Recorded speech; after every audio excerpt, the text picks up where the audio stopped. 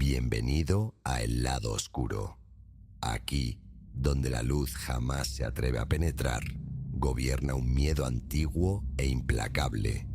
Este rincón prohibido del universo oculta relatos que penetran en los rincones más oscuros del alma humana, revelando horrores indescriptibles que te arrastrarán lentamente hacia la locura. Cada historia narrada en este lugar maldito resonará en tus pensamientos mucho después de que termine la noche, convirtiéndose en tu eterna compañía. Escucha con cuidado, porque el lado oscuro te está esperando pacientemente para devorarte.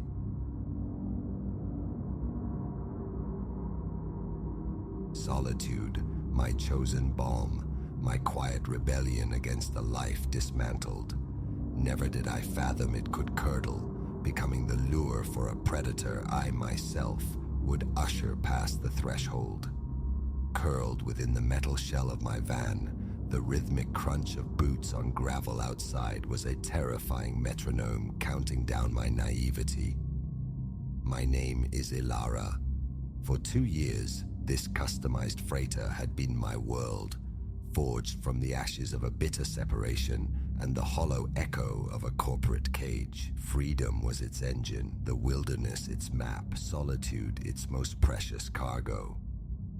That evening found me nestled deep within a forgotten fold of the Ozark Hills. Days prior, I'd unearthed this sanctuary, a clearing beside a mirror-still lake, miles from pavement or designated plots, a whisper known only to locals or the truly wayward. Hiking had filled the day, leaving my muscles humming pleasantly, anticipating the quiet communion of dusk, a novel, and the slow burn of wine.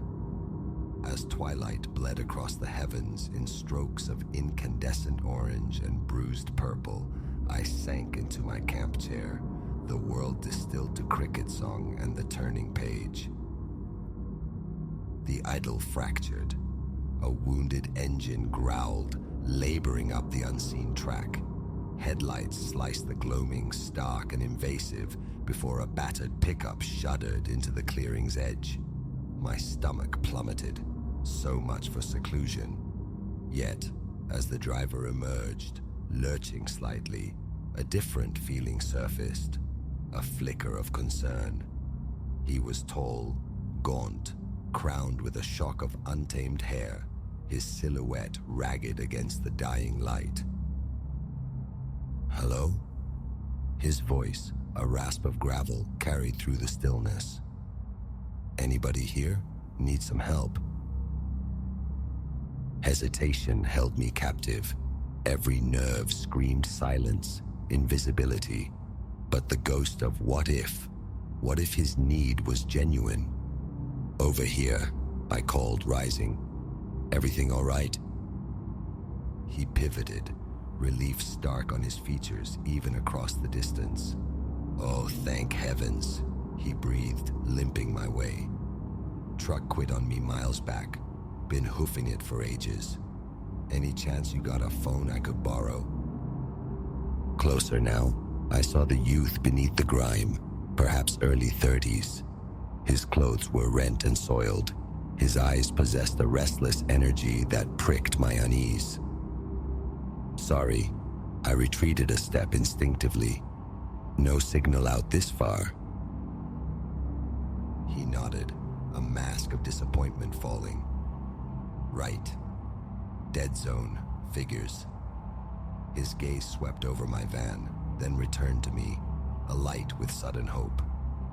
"Look, hate to impose, but any way you could give me a lift to town come morning?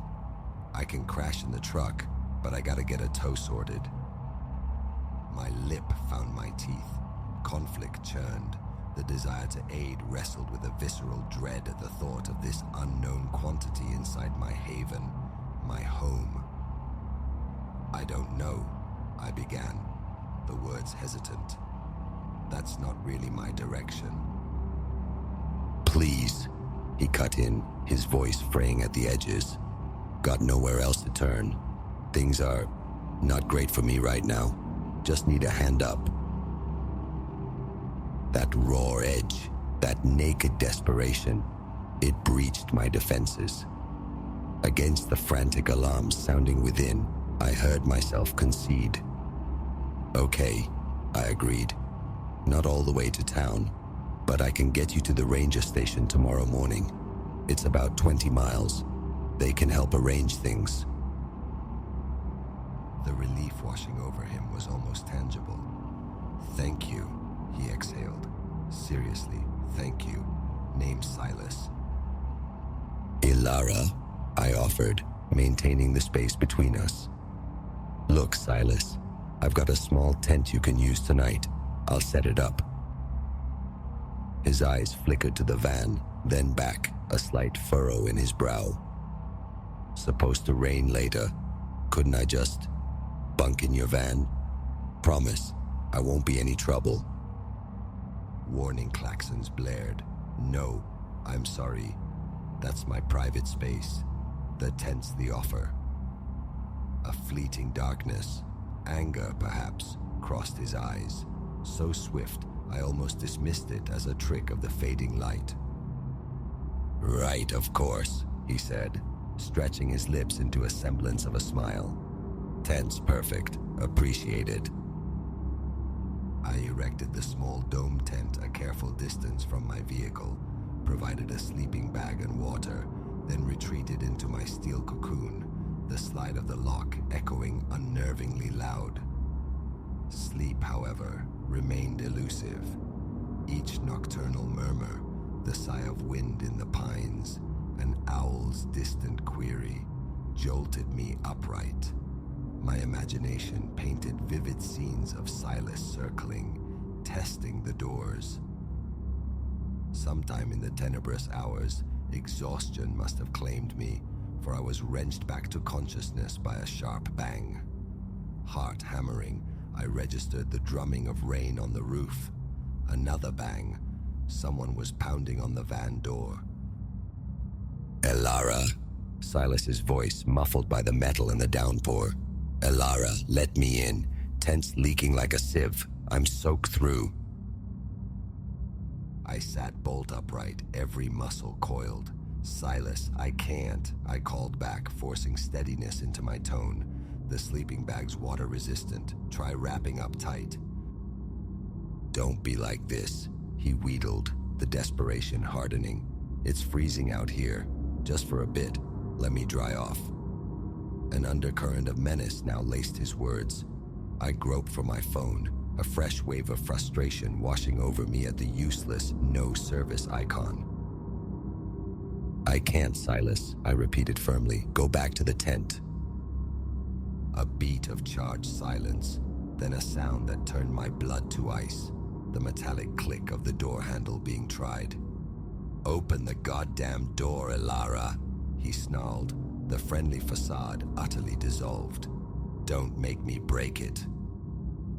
Panic erupted, hot and blinding. I scrambled towards the driver's seat, fingers trembling as they sought the ignition. Get out, now. Just as the key turned, a sickening crack resonated through the van. He'd found something heavy, rock, branch, and was smashing it against the side window. The engine roared awake simultaneous with the shattering of glass. An arm snaked through the jagged opening, fingers scrabbling for the interior lock.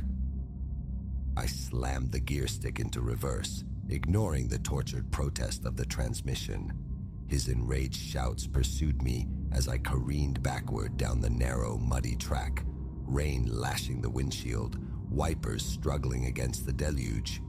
Only when the tires hit paved highway did I ease the pressure on the accelerator, my heart a wild drum against my ribs. I drove relentlessly, fueled by adrenaline, putting miles and eventually state lines between myself and that clearing until the sun climbed high, mocking the night's terror. Pulling into the anonymous bustle of a highway rest stop, the dam finally broke. Sobs racked my body, raw and uncontrollable. Once coherence returned, I contacted the authorities. They recorded my statement, offered reassurances about patrols. but the likelihood of finding Silas felt vanishingly small. The following days, weeks, were a blur of grappling with the violation. My rolling sanctuary suddenly felt fragile, porous. Every nighttime sound became a potential threat, every unknown face a mask hiding ill intent. The temptation to trade the road for the perceived safety of fixed walls and bolted doors was immense. Yet, the thought of surrendering the very freedom I'd sacrificed so much to attain, of letting fear dictate my life, felt like a deeper defeat. So, I fortified. Better locks were installed, an alarm system wired in. I enrolled in self-defense courses. Pepper spray became a constant companion. I sought out online networks of women navigating similar paths, sharing wisdom, bolstering courage. Slowly, painstakingly, I began to mend the breach in my sense of security. The call of the open road, muted but never silenced, beckoned once more. I answered, changed. The lesson learned in the Ozark darkness was indelible. Now, selecting my nightly havens involves a sharper calculus. Intuition, once whispered, now speaks with authority. If a place, a person, radiates dissonance, I move on without apology. Kindness to strangers persists, but the dangerous edge of naivety has been ground away. This life, this van life, remains my deliberate choice, but I navigate it with vigilant eyes. True freedom, I discovered, isn't an absence of fear, but the audacity to live fully alongside it. As I commit these words to the page, another lakeside sunset unfurls its fiery banner across the water. Tomorrow brings a new horizon, a fresh stretch of road. I carry forward the strength forged in terror, the wisdom bought at a steep price. The journey ahead remains long, its dangers real, but I meet it prepared. For the ultimate security isn't found in steel locks or alarms, but in the unwavering courage to trust oneself and the fierce resolve to never let fear hijack the dream.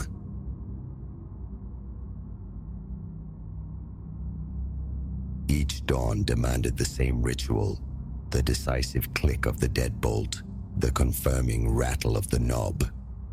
Not paranoia, no, but a low thrum of intuition insisted something within those walls breathed out of sync with my presence. Upon return, the space always whispered of subtle disturbances. A wingback chair canted degrees from its morning position. The low gleam of the coffee table nudged infinitesimally closer to the rug's edge. A kitchen cupboard, a dark mouth left slightly agape, despite the certainty of its closure. An insidious wrongness permeated the air, the chilling conviction solidifying. I was not the sole occupant of this temporary haven. Displacement drove me here, to this furnished shell, while my own home underwent reconstruction. An 8-week sentence, the contractor had declared. This nearby refuge offered efficiency, a compact living area flowing into a kitchenette, a sleeping chamber, a sliver of a bathroom. Its contents were standard-issue rentals: sofa, table, solitary armchair, a dining set for two, bed, wardrobe, impersonally adequate. The building itself boasted a sleek, anonymous lobby, a reception desk, corridors stamped with repeating doorways. My unit resided on the 6th floor, a stone's throw from the elevator's sigh. The initial week passed in a blur of work and weariness, the apartment merely a place to collapse. Then, Friday evening unfurled. Settled on the sofa, the television casting flickering light, my gaze snagged on the armchair, askew, distinctly nearer the window than I recalled. A phantom rearrangement? Perhaps the weekly housekeeping, I reasoned, though a mental note formed to verify their schedule. Dismissing the flicker of unease, I nudged the chair back to its proper station. Yet, the following morning brought a new discrepancy. The cupboard above the sink yawned open. An oversight, surely. I secured it, brewed my coffee. But returning late that Saturday, exhaustion warring with a rising dread, I froze mid-step. The coffee table had migrated, drawn perhaps 2 feet towards the sofa. The cleaning service? Not since Tuesday. My heart hammered a frantic rhythm against my ribs. A leaden weight settled low in my stomach.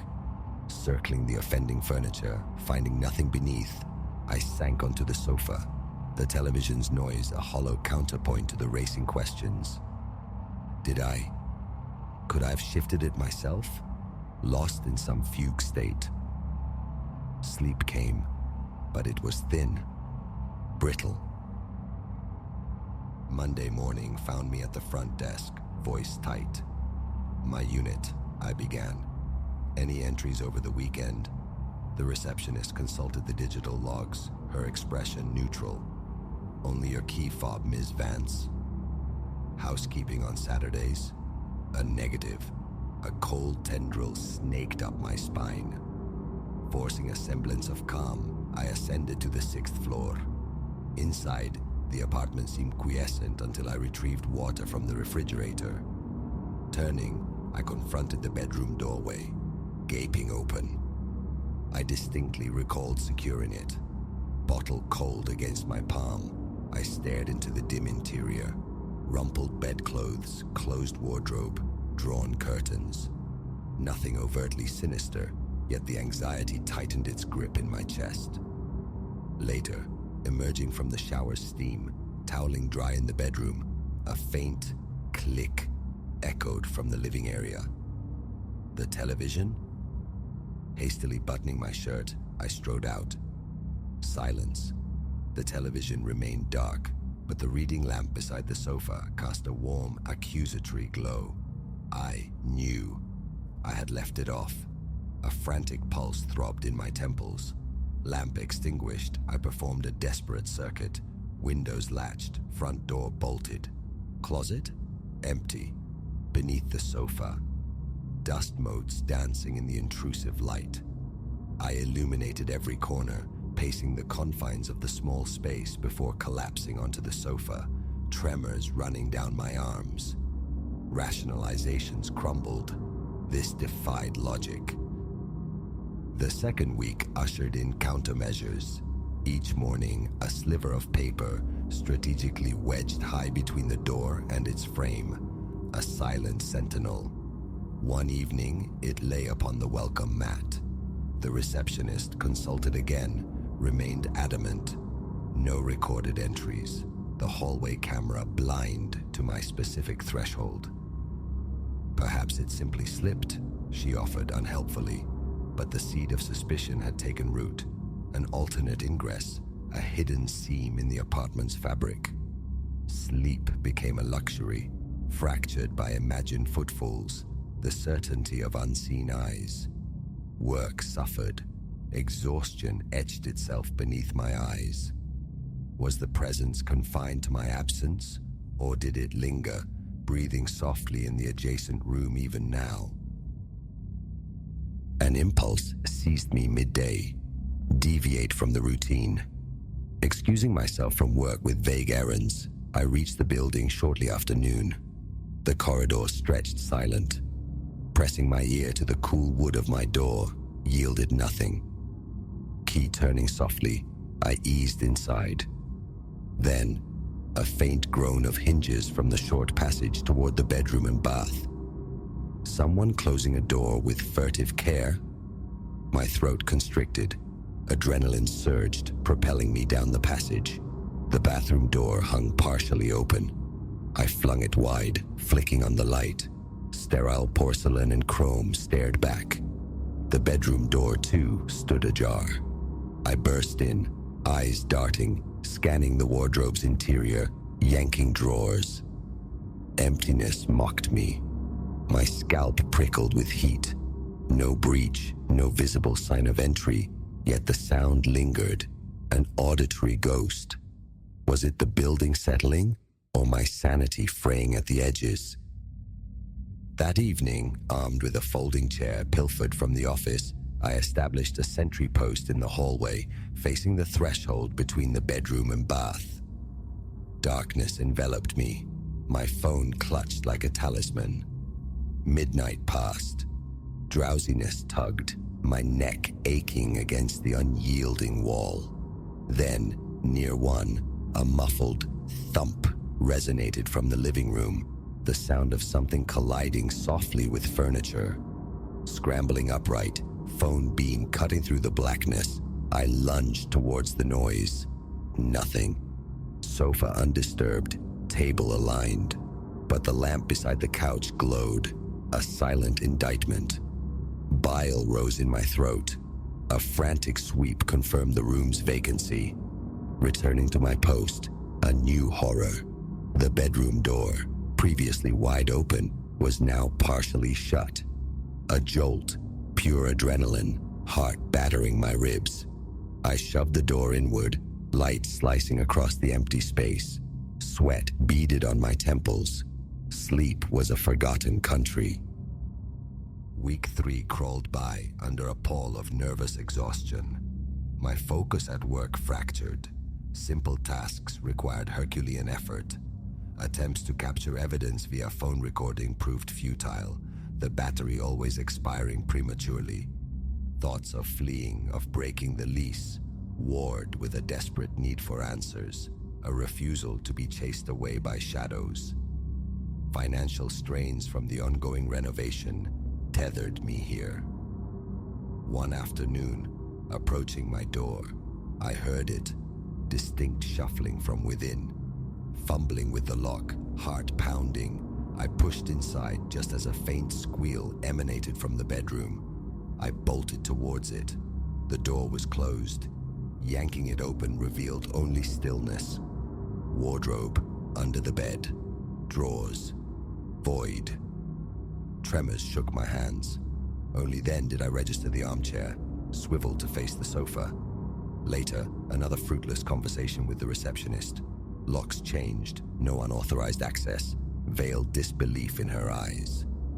That night, I staged the scene. Shoes precisely angled against the entryway wall. A pen laid ruler straight on the television stand. Kitchen chairs set at exact degrees.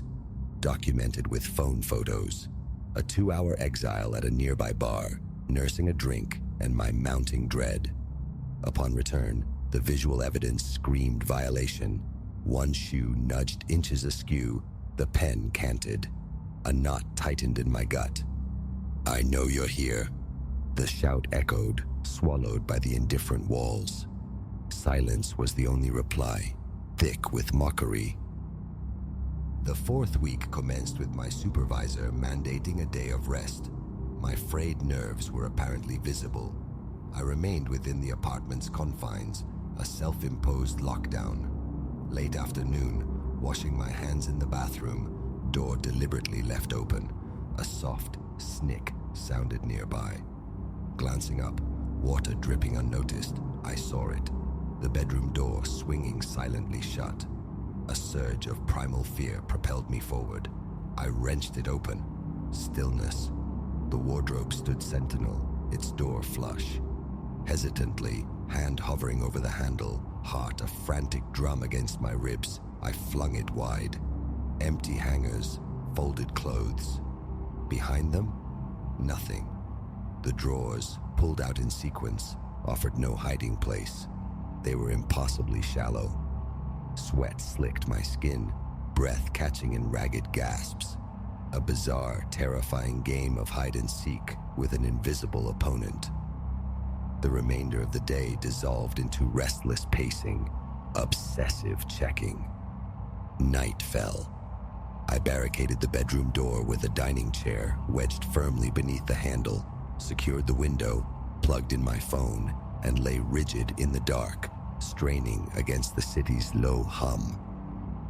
Sleep, when it finally claimed me near 3 a.m., was shallow. A dull thud shattered it. I sat bolt upright, heart seizing. The bedside lamp flared to life, illuminating the chair, still staunchly in place, the door secure. But then, faint, scuffling footsteps from the living room. Frozen, ear pressed to the wood, I listened to the sound recede. Trapped. Opening the door meant they would vanish, melt away as always. Staying meant madness. Minutes stretched, thick with indecision. Finally, sliding the chair aside, I cracked the door. Darkness. Flipping the switch revealed an empty living room, eerily calm save for one detail. The coffee table nudged another precise inch. A silent scream built in my chest. Enough. I had to get out. Dawn broke.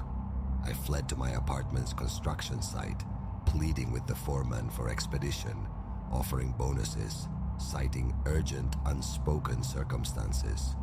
He promised acceleration. Back in the oppressive silence of the rental, I began dismantling my temporary life, boxing belongings with feverish haste. Nights were spent under the glare of electric lights, ignoring the furtive creaks and whispers from the corridor beyond my door. Investigation felt futile now. Escape was the only imperative.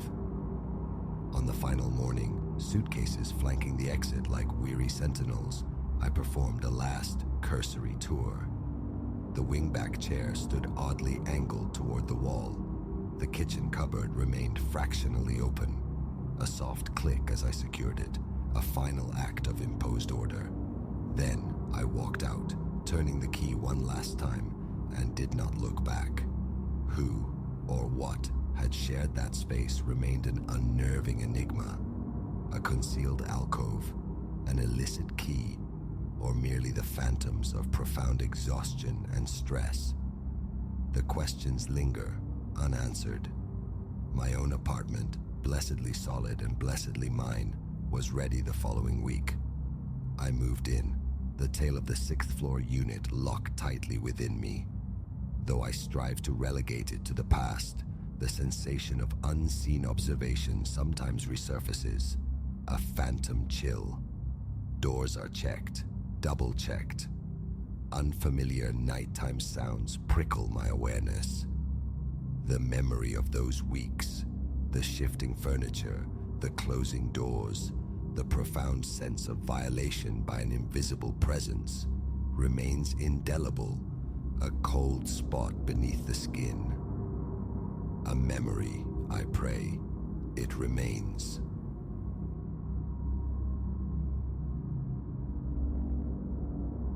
The sigil, etched deep into the grain of my bedroom door, screamed a truth I'd fatally ignored. This place, this Havenwood hearth, wasn't the refuge I'd sought. It was a nexus, a coiled darkness masquerading as a quaint bed and breakfast, and I was ensnared at its very core. Stopping in Havenwood hadn't been part of the itinerary. A pilgrimage to my sister, one state over, was the plan. Simple, direct. But the sky wept sheets of rain. The highway coagulated into a stagnant crawl, and beneath the hood, my engine began a percussive, ominous rhythm. The no-stop policy dissolved like sugar in the downpour. As I navigated the town's arteries, twilight bled across the idyllic main street, stretching shadows into grasping fingers. Havenwood presented itself as a relic, a perfectly preserved postcard of gabled storefronts and smiles that seemed stapled on. Too perfect, perhaps. Exhaustion, however, dulled my instincts. At the street's terminus stood the Havenwood hearth, a grand Victorian dame draped in shadows, though cheerful flower boxes fought a losing battle against the gloom. A vacancy sign glowed weakly, a beacon I steered towards with weary gratitude. The woman who answered the door was the archetype of benevolent age. Hair like spun moonlight secured in a tidy bun, eyes magnified kindly behind spectacles, her apron a canvas of faint flowery constellations. "Welcome," "Welcome to Havenwood, dear child," she'd crooned, her smile a placid curve. "Ilara's my name. You look chilled to the bone. A warm supper and a soft bed are just the thing, I imagine." Who was I to disagree? Ilara ushered me inside, her voice a gentle current carrying tales of town lore and meteorological woes. A profound weariness began to lift as she guided me upstairs. The room breathed tranquility. A heavy four-poster bed dominated the space, surrounded by time-worn furnishings. An aroma of dried lavender and crisp linen filled the air. "Dinner commences at 7 sharp, down in the main hall," Ilara advised, pressing a cold brass key into my palm. "Don't you dally now. Silas is preparing his special Sunday roast tonight." Her warmth was a balm. I thanked her, secured the door, and let hot water sluice away the road's grime. Descending later, I found the dining hall already humming with quiet life. Other lodgers, perhaps, mingled with faces that seemed etched into the town's very fabric, all gathered around a long, polished table. At its head sat Silas, Ilara's husband, his concentration absolute as he carved the steaming roast, its scent a rich, savory promise. Finding my place, a detail snagged my attention. Every person present wore an identical adornment, a small medallion of silver marked with that peculiar, unsettling sigil. A local eccentricity, I reasoned, dismissing the flicker of unease. Conversation eddied around me, a gentle interrogation cloaked in neighborly curiosity. My journey, my destination, the shape of my distant life. I found myself unfurling details usually kept close, seduced by their focused, almost unnerving attentiveness. It wasn't until my fork hovered over a second portion of the succulent roast that the silence registered. Not silence precisely, but a lack of accompanying action. No one else was eating. Their gazes, every single pair, were fixed on me, an intensity radiating from them that prickled my skin. "Is something amiss?" My voice sounded thin, my fork lowering involuntarily. Ilara emitted a light, crystalline laugh that shattered before it reached her eyes. "Gracious, no, dear child. We're simply pleased as punch you're savoring the meal. Visitors are such a rarity here in Havenwood, you see." The remainder of dinner drifted past in a fugue state. A profound lethargy began to anchor my limbs, my eyelids gaining immense weight. Attributing it to the relentless drive and the substantial meal, I mumbled apologies and excused myself, yearning for sleep. The ascent became a trial. The staircase seemed to undulate, the hallway tilted precariously. I fumbled into my room, the lock clicking home just as my knees gave way. I collapsed onto the four-poster bed, consciousness fraying. A fleeting premonition. Wrong. Something is deeply wrong. Surfaced and sank before darkness claimed me utterly. I surfaced violently, gasping, adrift in disorientation. Pitch blackness reigned, save for a single blade of moonlight piercing the heavy curtains. It illuminated an intrusion, a violation. Gouged into the door's wood was the sigil, the same damnable symbol from the pendants. Adrenaline surged, clearing the fog. My skull throbbed. My mouth felt arid, packed with dust. Drugged. The realization struck with chilling certainty. They drugged me at dinner. My hand shot to the doorknob, locked fast, unyielding from the outside. The window, then. I tore back the curtains, only to find thick wooden planks nailed securely across the frame. Imprisoned. Panic clawed at my throat, a tightening vice I fought to suppress. Think. Escape. I scanned the room, a desperate inventory for any makeshift weapon, any tool, but found nothing. Sterile, deliberately stripped bare. And then I heard it. Below me, insidious, rising through the floorboards, chanting. A low, guttural cadence, rhythmic and ancient. I pressed my ear to the wood, straining against the thumping in my chest to decipher the syllables. It was no language I recognized, unsettlingly primordial, inherently wrong. The sound swelled, interwoven now with the distinct tread of footsteps ascending the stairs. My heart hammered against my ribs. Frantically, I sought refuge, any shadow, any recess. But the room offered none. Cornered. The lock clicked, an obscene punctuation. The door swung inward. Elara stood framed in the opening, yet the kindly grandmother was gone, replaced by something else entirely. Her eyes shone with a fervent predatory gleam. Her smile stretched thin and avaricious. "The hour is upon us, dear child," she declared, her voice resonating with an unnatural depth. "The sleeper demands his tribute." Two figures materialized behind her, their grips like iron on my arms before I could flinch. I struggled, a pathetic, disjointed thrashing. The drug still held sway, rendering my limbs heavy and unresponsive. They dragged me, stumbling, out of the room, down the treacherous stairs. The inn's main hall was unrecognizable.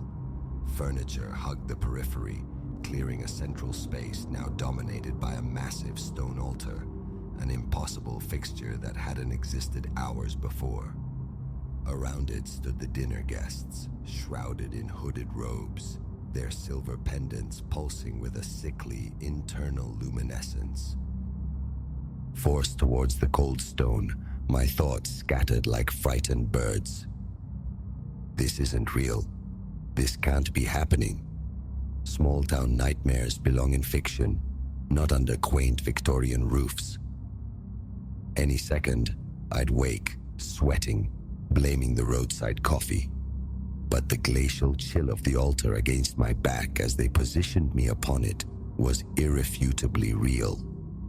The chanting intensified, vibrating not just in the air, but within my bones, a mounting pressure that made my ears ache.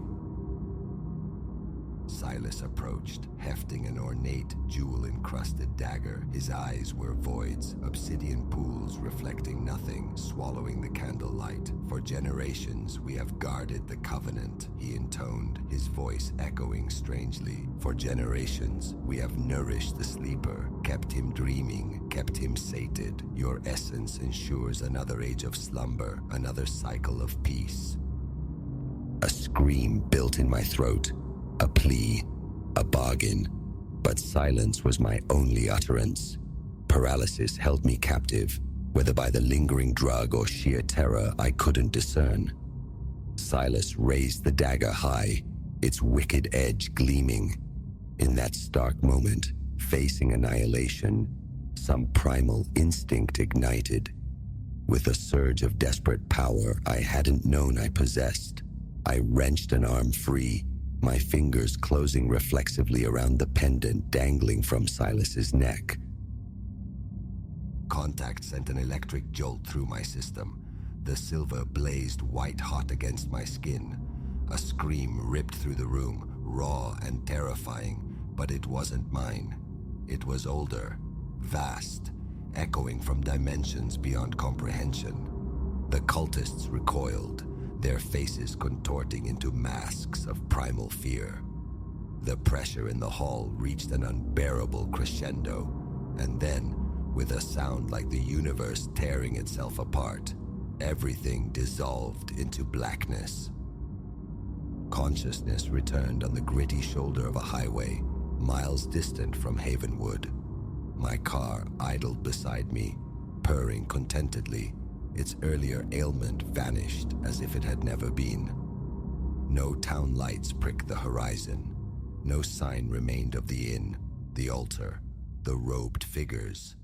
Nothing to corroborate the nightmare, except for the silver pendant, still clutched fiercely in my hand, its surface now cold and inert.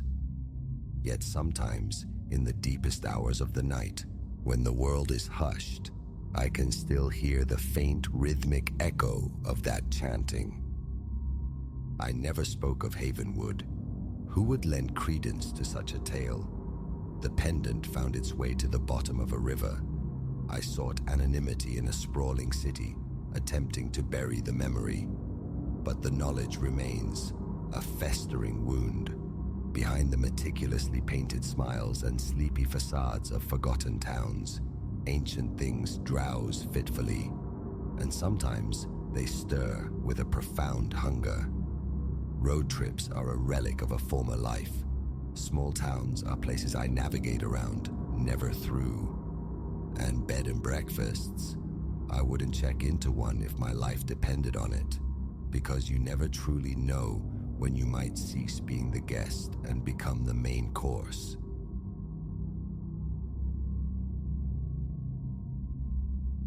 It's a strange alchemy, how silence transmutes from solace to suffocation in mere heartbeats.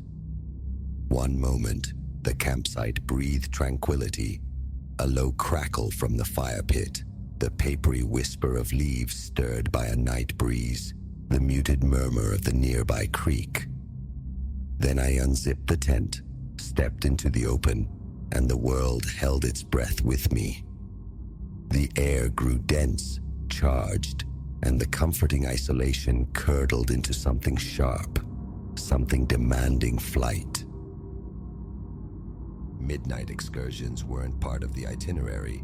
This was supposed to be restorative, a weekend carved out of the noise, just myself and a handful of friends. Simplicity itself, canvas shelters, food charred over flames, a ceiling of indifferent stars.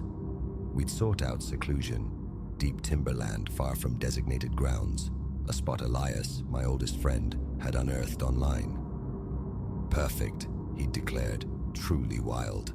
And initially, it was. Pristine. Now, standing bathed in the fire's frail, flickering pulse, the forest looming like a vast, dark curtain, I felt the first threads of regret tighten around my chest. I edged nearer the flames, letting the heat kiss my skin, trying to dispel the viscous dread climbing my spine. The woods were utterly inert. That was the violation. You don't grasp the forest's constant symphony, the insect thrum, the scurry of unseen paws, the distant owl's query, until it's abruptly silenced. Nothing. A void where life should be. That's when I saw them.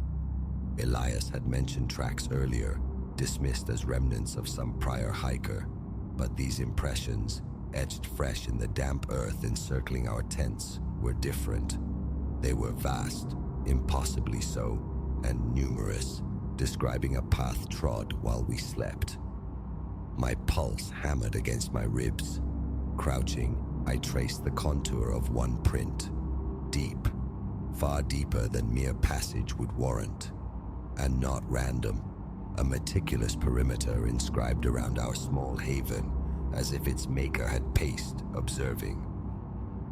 Rising slowly, my skin prickled with that primal certainty of unseen eyes fixed upon my back. I pivoted, scanning the obsidian depths just beyond the firelight's reach. Stillness reigned, yet the sensation of being watched, a palpable pressure, remained undiminished. Drawing a shaky breath, I moved to Elias's tent, kneeling by the zippered flap. "Elias," I hissed, my voice tight. "Wake up." A muffled groan answered, the rustle of his sleeping bag. "What time is it?" "Doesn't matter," I whispered back, eyes darting nervously to the tree line. "Get out here, now." Some tremor in my tone must have cut through his sleep, because seconds later, Elias emerged, blinking against the dimness. He surveyed the quiet camp, brow furrowed. "What's going on?" I gestured towards the ground. His gaze followed my pointing finger, tracing the circle of prints. The color drained from his face. He stood frozen for a long moment, his eyes flicking from the earth to the sentinel trees, as if expecting an immediate eruption from the shadows. "An animal, you think?"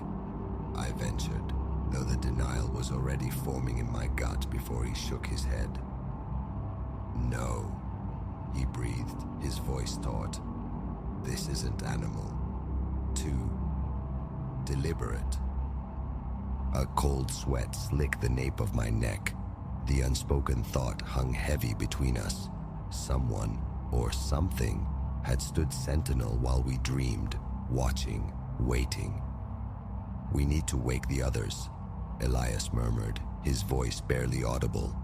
I nodded, a shared urgency propelling us. We moved swiftly, rousing Finn and Maya. Their initial sleepy protests evaporated the instant their eyes registered the tracks, replaced by the same stark fear gripping Elias and me. "What the hell?" Finn whispered, his eyes wide saucers staring at the ominous impressions. "Who walks around out here?" "That's just it," Elias replied, his gaze sweeping the impenetrable woods. "I don't think it was someone just walking around." Maya hugged herself, shivering despite the night's mildness. "So, what do we do? We can't just sit here." She voiced the truth, clawing at all of us. The prospect of huddling in our flimsy tents until dawn, knowing those circuits had been walked around us, was unbearable. Yet, what alternative? The darkness was absolute. The path back to the car, a twisting, uncertain thread.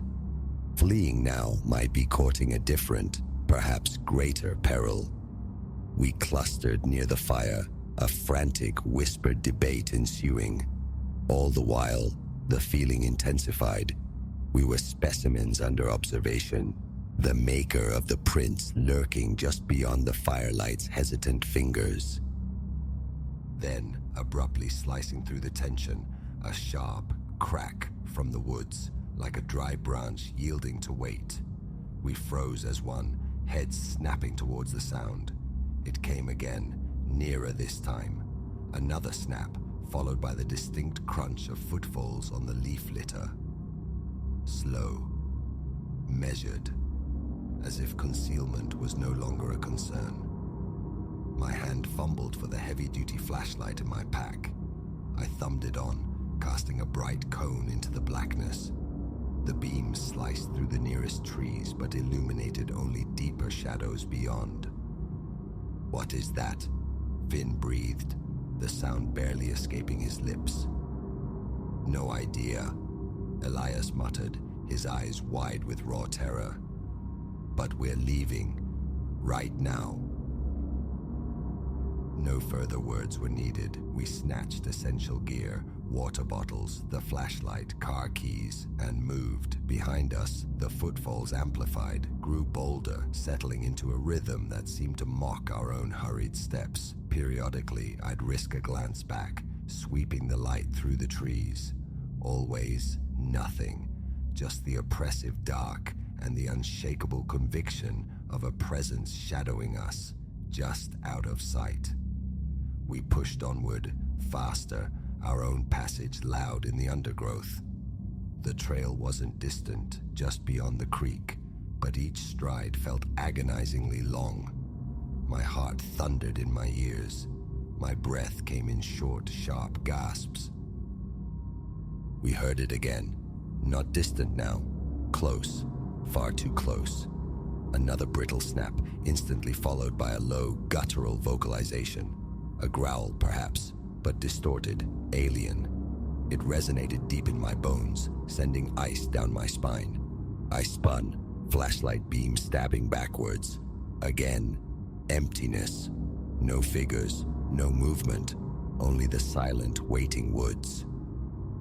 Almost there, Elias urged, his voice strained. Just keep moving. We reached the creek, splashing heedlessly through the shallow water. The bank rose on the other side, revealing the familiar opening of the trail leading back towards the distant parking lot. A wave of fragile relief washed over me, instantly shattered. Behind us, the footsteps ceased. For one suspended moment, absolute silence descended again. A dead, suffocating stillness. Then, from the trees flanking the trail to our right, motion. I jerked the flashlight beam sideways. It caught a fleeting impression. Something tall, lean, impossibly dark, sliding like smoke between the ancient trunks. Gone in a blink, too swift for definition, but undeniably there. And it was watching. "Run!" Elias roared. We bolted. Down the path we sprinted, lungs burning, legs pumping like pistons. The crashing pursuit erupted behind us, faster now, audibly closing the distance. I didn't look back. Couldn't. My focus narrowed to the tunnel of path illuminated by the wildly bouncing beam of my light. Eternity seemed to pass before we burst, gasping into the small clearing where our cars sat like dormant beasts. Without breaking stride, we hurled our few belongings into the nearest trunk, scrambled inside, slammed and locked the doors. Elias jammed the key into the ignition, the engine roared to life, and we fishtailed onto the gravel track, spitting stones, leaving the haunted woods behind. No one spoke on the long drive back. The silence in the car was thick, heavy with shared terror. Only miles later, when the wilderness had receded into the black horizon, did I dare check the rearview mirror. Nothing pursued us but the empty road and the vast, indifferent darkness. Yet, the certainty remains, cold and persistent. Whatever paced our camp that night is still out there, nested in the deep quiet, waiting. And I will never, ever go back to learn its name.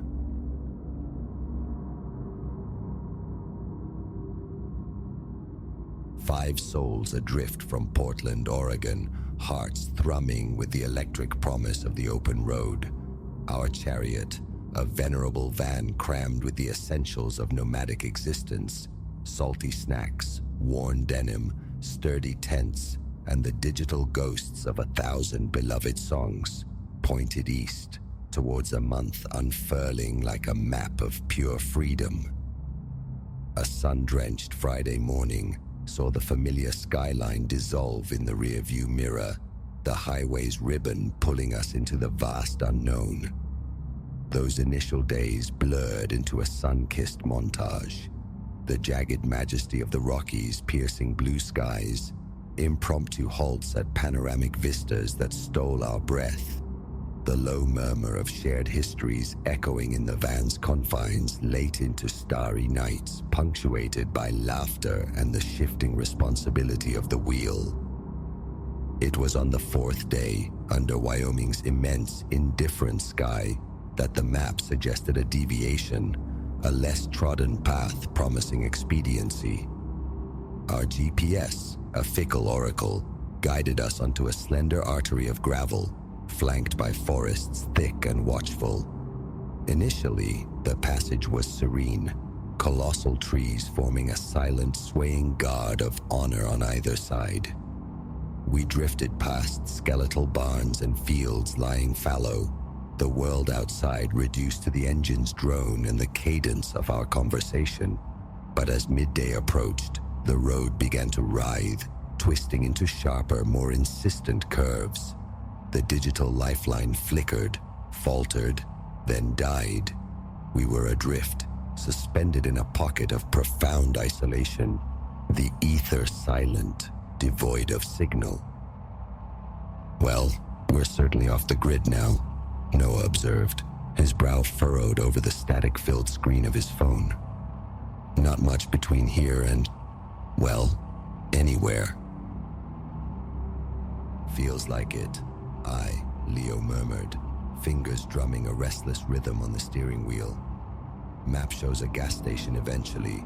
Let's push on. 20 minutes later, a jarring thud announced a pothole's victory over our suspension. Rounding the subsequent bend, a weathered sign materialized from the treescape.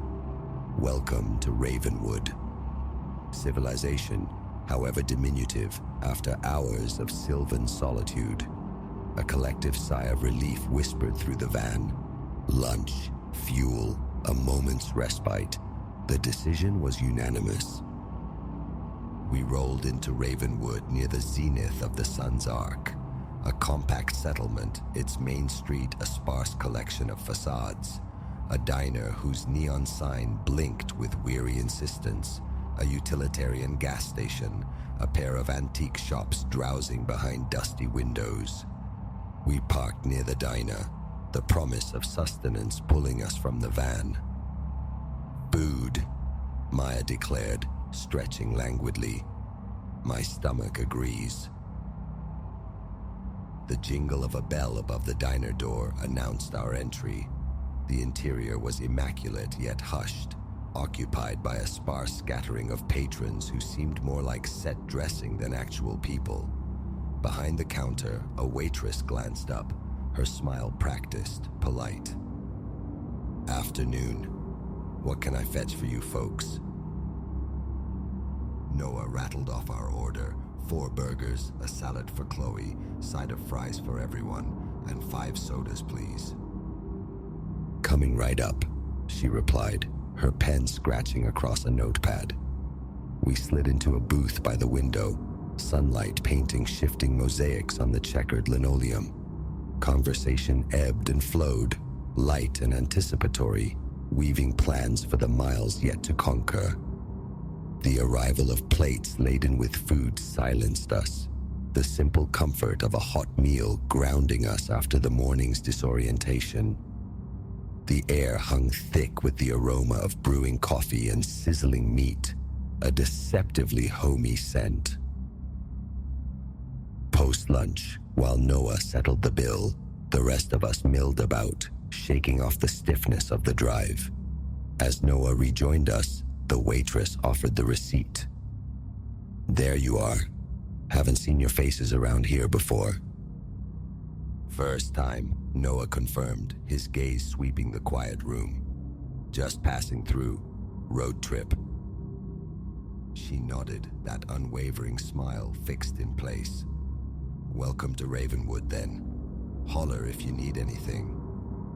We murmured our thanks and stepped back into the afternoon sun, now beginning its slow descent, stretching long skeletal shadows across the main street. After refueling the van, the prospect of navigating unfamiliar, darkening roads held little appeal. We opted to stay.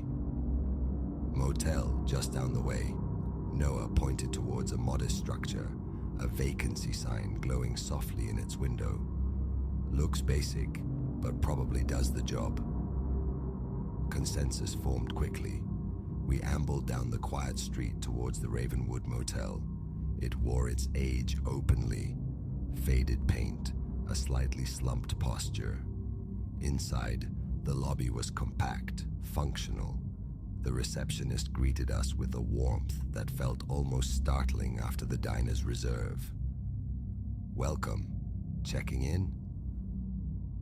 Yes, please, Noah requested. Room for 5 if possible, or adjoining. Let's see, she murmured, fingers tapping keys. Ah, yes. Room 12, our suite. It'll fit you all comfortably. Here's your key. Enjoy your stay in Ravenwood. We thanked her and made our way to the room. It was clean, furnished with sturdy, unpretentious pieces, its window offering a view of the van in the near-empty lot. Bags were dropped, bodies slumped onto beds, a collective exhale marking the end of the day's travel. As dusk bled into true night, an almost preternatural quiet descended upon Ravenwood. We gathered in the room's small sitting area, the flickering light of a generic cable movie painting our faces in shifting hues. Around midnight, Maya, restless, suggested a walk. Stretch our legs. Place seems dead anyway. Why not? I agreed. Fresh air might do us good. We slipped out of the room and into the cool embrace of the night. The main street lay utterly deserted, bathed in the sterile glow of streetlights. The only sounds were the distant, mournful call of an owl and the dry rustle of unseen leaves. Walking along, a peculiar uniformity struck us. The houses lining the street were virtual clones, identical architecture, the same quaint, slightly dated decorations, lawns manicured with unnerving precision. No lights shone from within, no flicker of television screens, no silhouettes moving behind curtains. An unnerving stillness prevailed. Weird, Ben muttered, scanning the silent facades. Like a model town. Small town life, Chloe offered, though her tone lacked conviction. Everyone's probably tucked in early. We pressed on, the silence amplifying, becoming a tangible presence. Then, footsteps, crisp, deliberate, approaching from the opposite end of the street. A man emerged from the gloom, walking towards us. "Evening," he called out, his voice resonant, overly cheerful. "You folks new here?" "Yeah," Noah answered, "staying at the motel for the night." Welcome to Ravenwood," the man beamed. "Lovely little place, don't you think?" "It's quiet," I offered, a prickle of unease surfacing at her forced bonhomie. He nodded, apparently satisfied, then turned. "Well, enjoy your stay. Diner's got the best darn pie if you get a hankering." He vanished into the shadows between two identical houses, the silence rushing back in to fill the void. "Okay, that was strange," Maya whispered, glancing back the way he'd gone. "Trying a bit too hard." "Maybe just friendly," I countered, trying to rationalize the oddness. "It's late. Let's head back." As we turned, another figure materialized further down the street. A woman this time, her gait slow, almost hesitant. "Hello," she greeted us as she drew near, her voice soft, breathy. "Such a peaceful night." "It is," Noah replied, a subtle tension now evident in our group. The woman smiled, her gaze drifting over each of us. "Anything you need, anything at all, don't you hesitate to ask." "Thanks," Maya managed, forcing a polite smile. "Good night." We quickened our pace, the woman's quiet intensity feeling like a weight on our backs. Reaching the motel felt like breaching a sanctuary. We hurried inside, the lock clicking shut with unnecessary force. "Definitely creepy," Ben breathed, leaning against the door. "Yeah," I agreed. "Maybe Ravenwood sleeps with one eye open." The unease followed us back to room 12, leaching the warmth from the air, deepening the shadows in the corners. Sleep seemed the only logical escape. Around 2 in the morning, a sharp, percussive sound ripped me from a shallow sleep. Bang, bang, bang. I sat bolt upright, heart hammering against my ribs, straining to hear through the motel's thin walls. The banging persisted, rhythmic, insistent, seemingly directed at our window. "What is that?" I whispered. The others were awake, huddled together, eyes wide in the dimness. "No idea," Noah whispered back, his voice tight. "Someone wanting in?" "Could be the wind. Something loose?" Chloe suggested hopefully. I crept towards the window, easing the curtain back a fraction. The street outside was empty, bathed in the cold streetlight glow. The banging continued. Pressing my ear to the cool glass, I tried to pinpoint the source. It's coming from the diner, I realized, a cold dread solidifying in my gut. We should see what it is.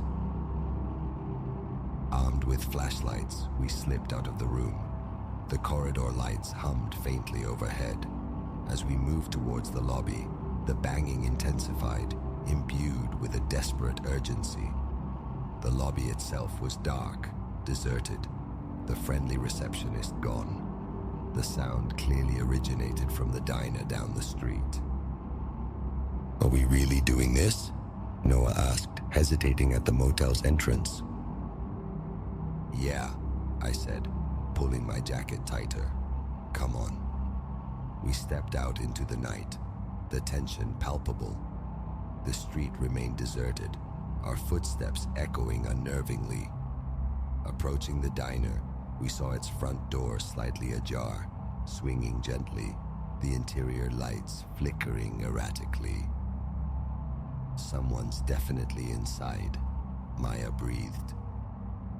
We pushed the door open cautiously, the bell above jangling with startling loudness. The diner was empty, tables neatly set, an eerie tableau.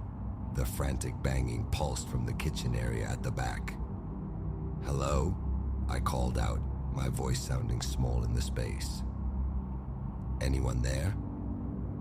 Silence, save for the relentless thudding. It grew louder, faster. I moved towards the swinging kitchen door, the others close behind. Maybe someone's hurt, trapped, Ben guessed. I shoved the door open.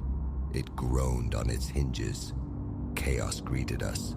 Pots and pans littered the floor. And in the center, illuminated by the sputtering overhead fluorescent, stood the waitress from lunch. Her face was a mask of terror, eyes wide and frantic. She was slamming her fist repeatedly on the stainless steel counter. "Help!" she choked out, her voice ragged.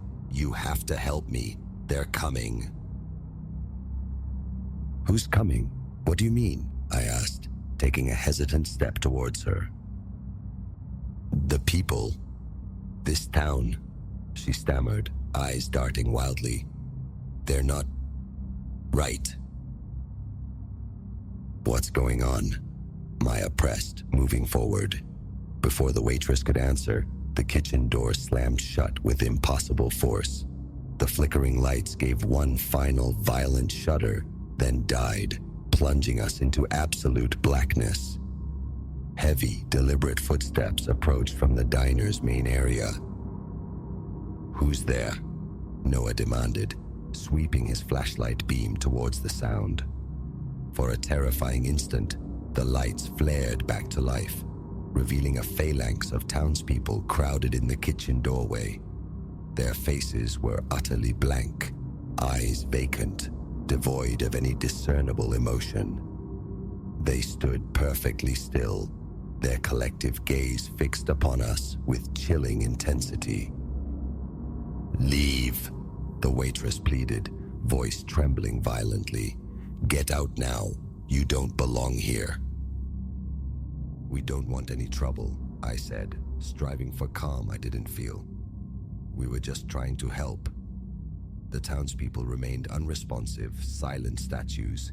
Then, as one, they began to move towards us, their steps unnervingly synchronized, purposeful.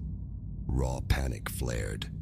"We need to go," Noah hissed, grabbing Maya's arm. We turned, but the doorway was completely blocked by the impassive figures. The waitress stumbled forward, her face contorted in fear and something else. Resignation. "You can't leave," she whispered. "You're part of Ravenwood now." "Why?" I demanded. "What is this place?" No answer came. Instead, the room seemed to tilt, the walls warping, the air growing thick and suffocating. We staggered back, desperately seeking another exit, but the townspeople advanced relentlessly, their silent presence crushing. "Stay back," I yelled, finding myself cornered. My heart felt like it would explode. My breath came in ragged gasps. The others were frantic, eyes darting, finding every potential escape route blocked. Suddenly, the lights died again. Utter darkness returned, accompanied by a rising tide of whispers, insidious and overlapping, a cacophony of disembodied voices murmuring, "Help me. Stay. Help me." A hand, ice cold, clamped onto my shoulder, spinning me around. In the faint residual light from Noah's trembling flashlight beam, I saw one of them, inches away, eyes like empty sockets boring into mine. "You are not welcome," it whispered, the voice a dry, unnatural rustle. I recoiled, shaking off the touch, the whispers intensifying, swirling around us. "We have to run," I yelled, grabbing Noah. The others needed no further urging. Fear lending us speed, we bolted, shoving past the unresisting yet somehow immovable figures blocking the main doorway, only to find more townspeople materializing there. "The back," Maya screamed, pulling us towards a service door we hadn't noticed before. We burst through it into the narrow, garbage-strewn alley behind the diner. We ran, the sound of shuffling footsteps echoing ominously close behind. The main street was still deserted, the streetlights flickering like dying embers. We didn't stop, didn't dare look back, until we collapsed against the relative safety of the motel wall, chests heaving, drenched in cold sweat. What the hell was that? Noah gasped between ragged breaths. "I don't know," I panted, heart still trying to beat its way out of my chest. "But we're leaving, right now." We scrambled, grabbing bags, keys, launching ourselves into the van. I slammed it into gear, tires squealing on the asphalt as we peeled out of Ravenwood, the silent town shrinking rapidly in the rearview mirror, swallowed by the oppressive darkness. The engine's hum filled the van, a sound that now felt less like freedom and more like a desperate flight. "Seriously, what just happened back there?" Chloe asked, her voice still trembling. "It was like the whole town was holding its breath," Ben offered, staring blankly ahead. "And they wanted us to hold ours too, forever." "We walked into something old and wrong," I said grimly, gripping the wheel. "We just need distance, lots of it." We drove through the remainder of the night, the highway an endless black ribbon unfurling before us. Dawn began to stain the eastern horizon with bruised purples and faint golds, offering little comfort. Exhaustion gnawed at us, but the chilling memory of Ravenwood's vacant eyes and whispering shadows kept adrenaline pumping through our veins. As we passed through the next small, ordinary town, a measure of the suffocating tension began to dissipate. By noon, we were back on a major interstate, the sheer normalcy of traffic and billboards, a jarring contrast to the claustrophobic nightmare we'd escaped. "Rule number 1, Noah declared, breaking a long silence. "No more shortcuts through places named after ominous birds." A weak ripple of agreement went through the van. We drove on, the miles accumulating, the sun climbing high in a clear sky. Yet, the fear lingered, a cold residue in the back of our minds. The feeling of being watched, of Ravenwood's unseen tendrils reaching out across the miles, refused to fade completely. Evening found us pulling into a brightly lit, bustling interstate rest area, a beacon of mundane reality. We needed the break, the food, the presence of other travelers going about their oblivious lives. Sitting at a plastic table under fluorescent lights, the events replayed. The waitress's terror, the synchronized advance, the whispers in the dark. It felt hallucinatory, yet the shared terror was starkly real, etched onto our faces. Whatever that was, Maya said, her voice firm. We stick together. Don't let it break us. We nodded, the ordeal forging a tighter, albeit fear-tinged bond between us. The surrounding noise of normalcy felt like a shield, however temporary. We pushed onward, chasing the sunset. The road ahead seemed open, promising. But as days turned into a week, the phantom limb of Ravenwood's dread remained. Shadows seemed to twitch in our peripheral vision. Innocuous night sounds took on sinister dimensions. We tried to dismiss it as trauma's echo, the mind playing tricks. One evening, seeking solace, we made camp beside a tranquil lake in Montana. The setting was idyllic, water mirroring the moon, the air filled with the gentle chirping of crickets.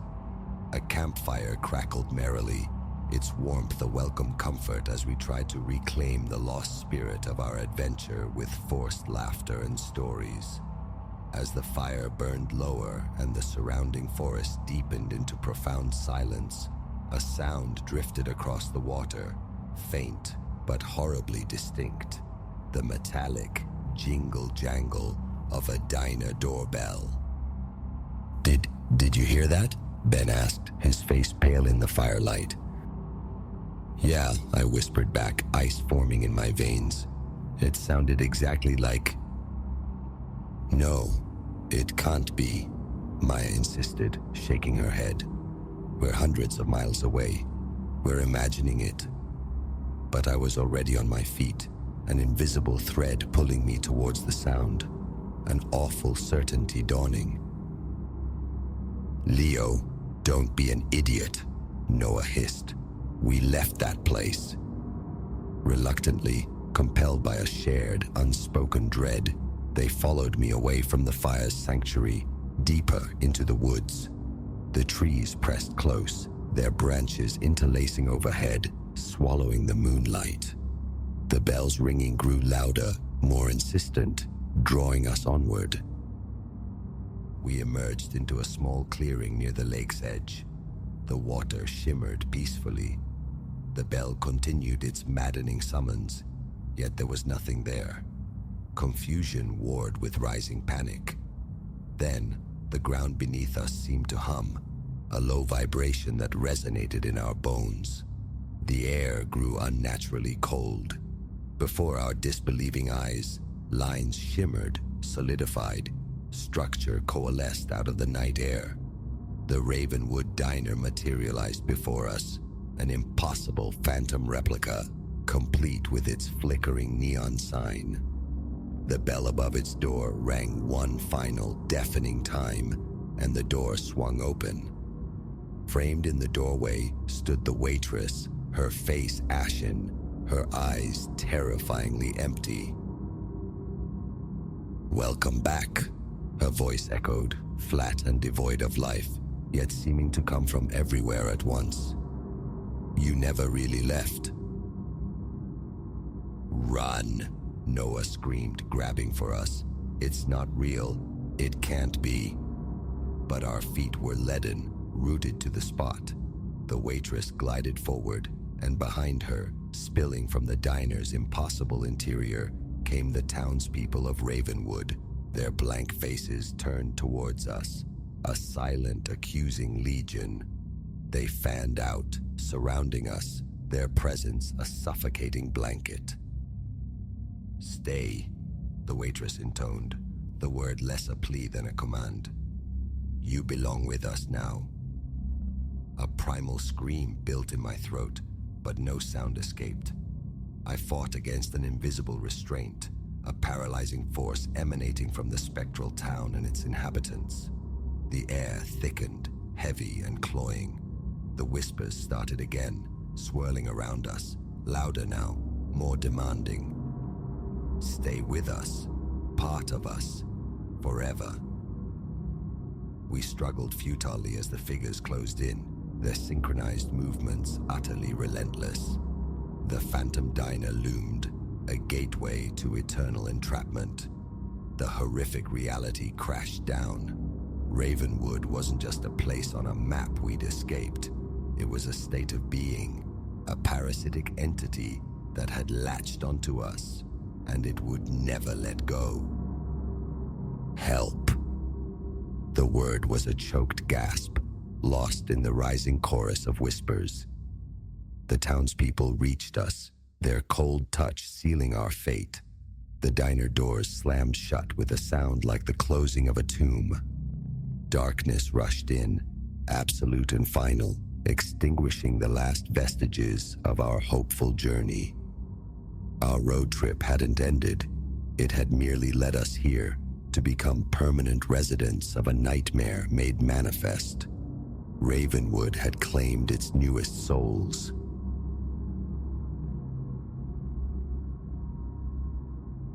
Even now, the memory retains its chill, that diminutive stone visage encountered for the first time. It was little more than crudely hewn rock, sculpted into a semblance of a human head, yet devoid of eyes, lacking even a nose. Only a mouth existed, pulled into a taut, unwavering smile that seeded immediate disquiet within me. My initial impulse was dismissal, a nervous laugh perhaps. It was a gift, an oddity. But from the instant it occupied a space on my living room étagère, an insidious conviction took root. It was observing me. Eyeless, it nonetheless felt perpetually fixed in my direction.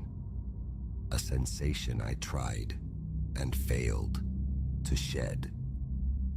I inhabit a solitary existence within a compact single-bedroom flat. The main room offers a lone window overlooking the street, a pair of threadbare armchairs, a simple coffee table, and that Spartan étagère housing assorted decorative flotsam. Upon receiving this effigy, I'd afforded it scant thought, positioning it on the uppermost shelf, starboard side, neighbor to a forgotten paperback I'd never conquer. Immediately, its posture struck me as peculiar, a subtle forward inclination, almost as if craning over the precipice, attempting to spy on my activities below. I attributed it to flawed carving, perhaps, or an imperceptible slant in the shelf itself. A brief nudge confirmed its stability, and I proceeded with my routine. Later, as dusk bled through the window, I found myself ensconced on the sofa, phone screen illuminating my face, my gaze intermittently snagged by the stone head. Each time, I could have sworn its orientation had fractionally altered, now leaning more acutely forward, then canted infinitesimally to the left. Reason insisted it was mere perception, a trick of fatigue. Rising, I approached the shelf, meticulously readjusting the effigy's stance before retreating to the sofa. Minutes dissolved. A prickle traced my forearms. Another glance upward. It had pivoted slightly rightward, aimed squarely toward my position. A flutter commenced in my chest. A quickening I attempted to rationalize away. Uneven floorboards, surely, I murmured to the empty room. I fussed with the carving again, attempting to stabilize it with a sliver of folded cardboard wedged beneath its base, then sought refuge in the television's electronic glow. 2 hours drifted past before I retired, the unsettling impression of sharing the space with something vigilant lingering long after the lights went out. The following morning, upon entering the living area, I discovered the stone face explicitly confronting me. It was angled outward from the wall, a clear rotation having occurred during the night. I stood motionless, rubbing sleep from my eyes. No memory surfaced of leaving it thus. Somnambulism had never been among my quirks. Lifting it, I registered its surprising heft, pacing momentarily with the cold stone cradled in my palm. My fingers explored the smooth contour of its mouth, parted in that small, fixed rictus. The grin radiated discomfort, yet I clung to the notion of it being merely eccentric artistry. Replacing it upon the shelf, I resolved to banish it from my thoughts. I prepared for my workday, departed the apartment, and actively suppressed any rumination on the object. Throughout the day, its image flickered at the periphery of my focus, though I managed to maintain professional diligence, persuading myself I'd magnified trivialities. It was just inanimate rock, distinguished only by a carved smile. Still, a persistent urge surfaced to divest myself of it, abandon it at a charity shop, perhaps entomb it within a storage box. Counterbalancing this was a vague sense of obligation to its giver. Perhaps concealment would suffice. The thought lingered, unresolved. That evening found me once more before the television's flickering screen. The effigy rested on its shelf, precisely as I'd left it. I immersed myself in a film, striving for composure. During a lull in the action, my eyes strayed reflexively toward it. Initially, I noted only how the overhead lamp sculpted shadows around its mouth, lending the grin a more pronounced, almost leering quality. Then, a perception, or was it, of movement. A minute tremor, infinitesimal, like a held breath released. My heart gave a painful lurch. A knot tightened low in my gut. Hastily, I amplified the television's volume, wrenching my gaze away. My palms grew slick. I repeatedly wiped them against my trousers. The film lost all coherence. Finally, surrendering, I extinguished the set and moved toward my bedroom. Passing the étagère, I fought the compulsion to look, yet failed. It appeared, undeniably, to be leaning toward me again. My mouth felt arid as I quickened my pace from the room. Once sequestered in bed, the image replayed relentlessly, my mind scrambling for logical explanations. Tricks of light, settling foundations. I commanded my eyes shut. Sleep proved elusive that night. I'd drift into shallow unconsciousness, only to be jolted awake by an internal certainty of sound. A dry, susurrant friction, so faint it could easily be dismissed as auditory hallucination. Yet each recurrence sent a fresh jolt of adrenaline through me. Eventually, abandoning the pretense of rest, I slipped from bed and navigated the darkened apartment towards the living room. Flipping the switch, I surveyed the scene. The statue remained upon its shelf, yet seemed to occupy a position nearer the edge than I recalled. My skin tightened. Swallowing hard, I took the object down, turned it deliberately to face the wall, a silent, desperate test. If it realigned itself by morning, denial would no longer be an option. I retreated to bed. Morning arrived. My first act upon rising was to enter the living room. The stone head faced outward, directly forward, not toward the wall as I had meticulously positioned it. Vertigo threatened for a moment. A wave of heat prickled the nape of my neck. The chilling possibility arose. Perhaps my sanity was fraying. This time, I placed it squarely on the coffee table, a strategic relocation allowing for constant observation while I prepared coffee. My glances darted towards it incessantly. It remained static, ostensibly, yet each look amplified my profound unease. In the subsequent days, other, more disturbing transformations manifested. The previously smooth, featureless planes flanking the mouth began to exhibit faint, thread-like lines. Incipient tracings at first, they steadily deepened, etching shallow grooves precisely where eyes ought to have been. Running a fingertip across the stone confirmed their tactile reality, the abrasive texture undeniable. This wasn't imagination. The carving itself was altering. I entertained notions of inferior stone cracking under stress, but the lines possessed a disquieting deliberateness, curving with just enough subtlety to suggest nascent orbital sockets. This development I could not ignore. Nightfall now routinely brought the soft grating sounds, their origin point maddeningly elusive. Occasionally, I'd burst into the living room, flicking on the light in a futile attempt to catch the effigy in motion, only to find it outwardly unchanged. Yet, invariably, an unshakable certainty persisted. Its posture differed from moments before. Once, it seemed canted skyward, as if contemplating the ceiling.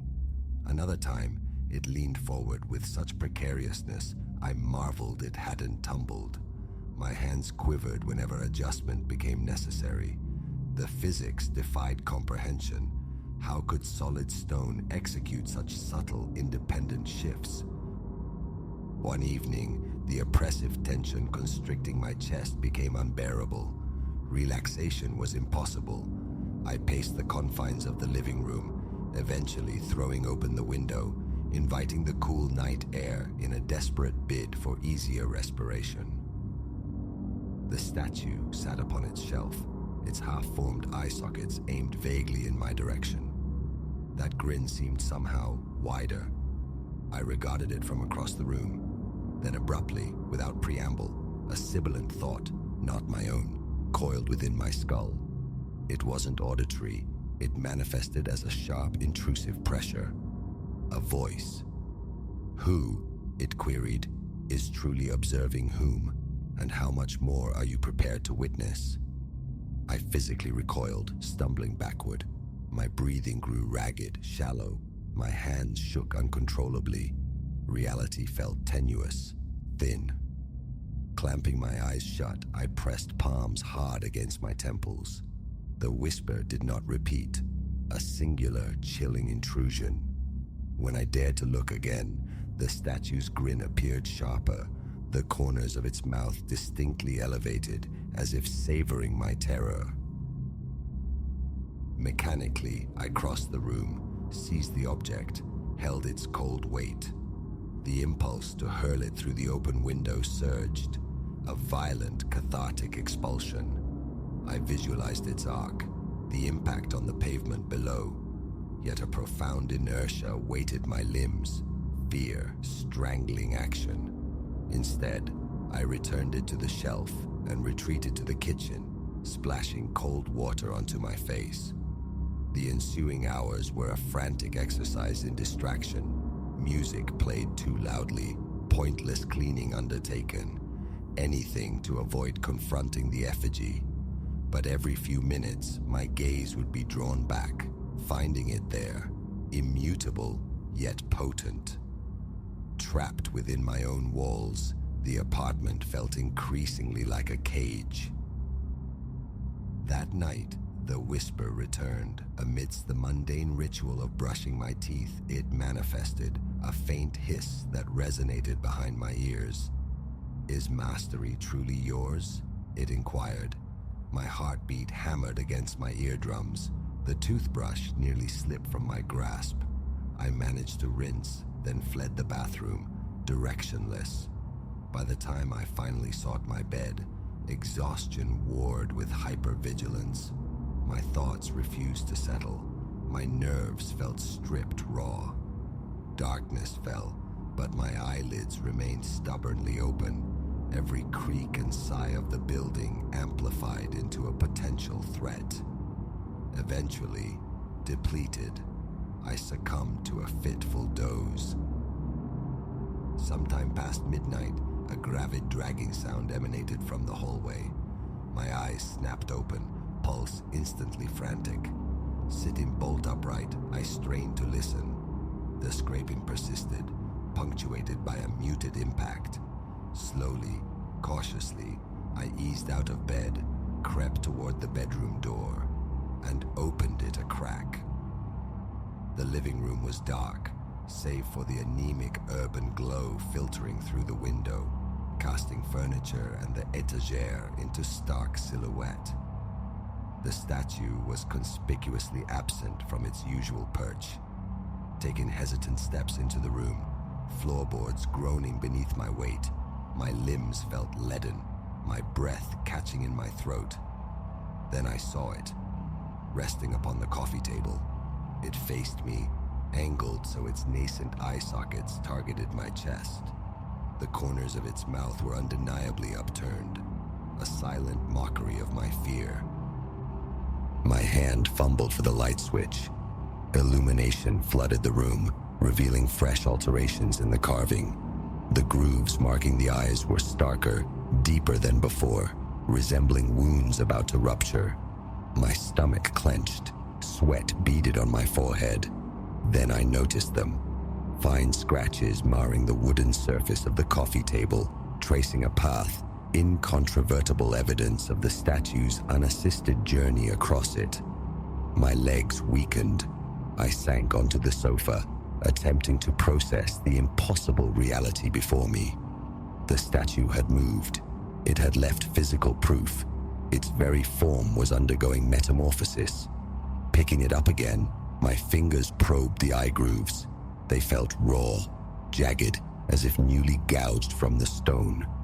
A peculiar warmth radiated from the contact points. Not heat exactly, but a disturbing caloric pulse that felt disturbingly vital, accelerating my already pounding heart. I became aware of my own voice, muttering disjointed phrases. This can't be real. Just overtired. Pathetic attempts at self-reassurance. I placed the statue on the sofa cushion beside me, watching it intently, poised for any flicker of movement. After a long, tense minute, nothing. Rising with sudden resolve, I knew it needed to be sequestered. I carried it to the hall closet, placed it on the uppermost shelf, consigned to obscurity behind derelict footwear, and firmly shut the door. My hands still trembled, but closing that barrier offered a fragile, temporary sense of containment. Returning to the living room, I stood listening. Silence. No hissing intrusion, no scraping friction. This absence provided a sliver of calm, enough to convince me to remain vigilant in the living room for the remainder of the night. The hours crawled by. I tracked the clock's slow progress, straining for any sound. Stillness reigned. Around 4 a.m, I yielded to exhaustion, collapsing onto the sofa, unwilling to leave the area unguarded. I awoke near 7, neck stiff, the statue instantly flooding my thoughts. Scrambling upright, I hurried to the closet. The door remained closed, yet my heart hammered against my ribs as I reached for the knob. I pulled it open. The effigy sat exactly where I had left it. A wave of relief washed over me, potent but incomplete, tainted by an awareness of something watchful still lingering in the apartment's atmosphere. For several days, it remained entombed in the closet. Yet, each night, the faint scraping sounds persisted, now seeming to emanate from the hallway itself.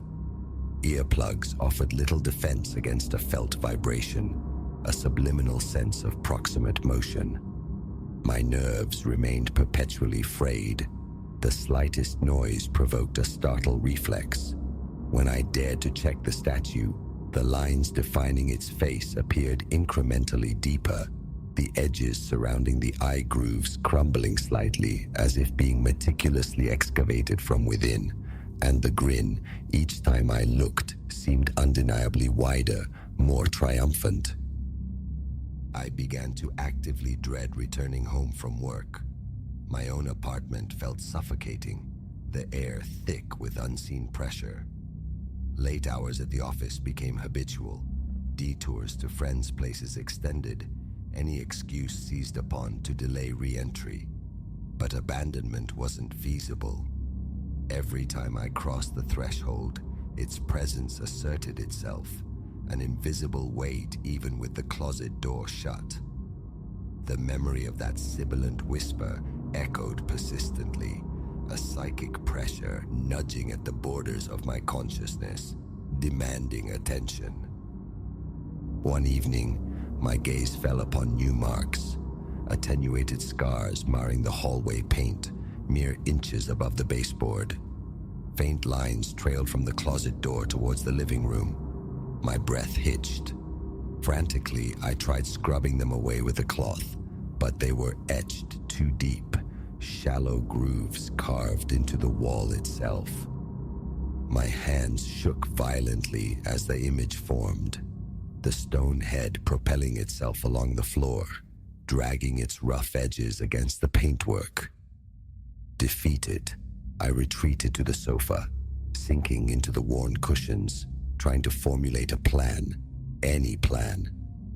A familiar pressure began building behind my temples, heralding the potential return of the whisper. My mouth turned to cotton, my hands clenched into useless fists.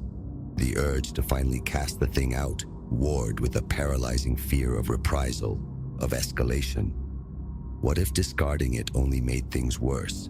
What if it simply returned or found another way? I sat there, legs trembling, mind racing in terrified circles, utterly immobilized. The presence of that thing, unseen but potent, felt stronger now than any fear of the unknown consequences of acting.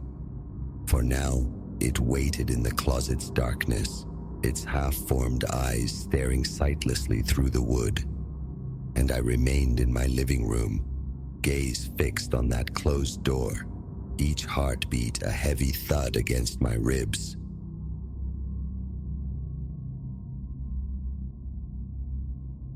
The motel's sign, a stuttering pulse of bruised neon against the obsidian sky, bleated promises of rest and air-conditioned rooms. As my tires crunched over the loose stones of the entrance drive, however, such comforts felt abstract. Only the primal need for oblivion, a scalding cleanse, the embrace of anonymous bedding, registered in my road-weary mind. Little could I fathom that seeking refuge in this desolate outpost would unravel into a night stitched from pure dread.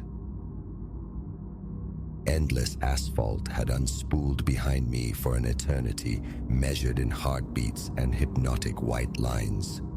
My vision swam, the world outside the windshield a smear of rushing darkness, punctuated by the glare of oncoming beams, long after the sun had bled out beyond the western plains. Sighting the motel felt like stumbling upon a dubious spring in a barren expanse. The structure sagged, paint flaked like sunburned skin, and half the sign's pronouncements were dark voids. Yet, it was shelter.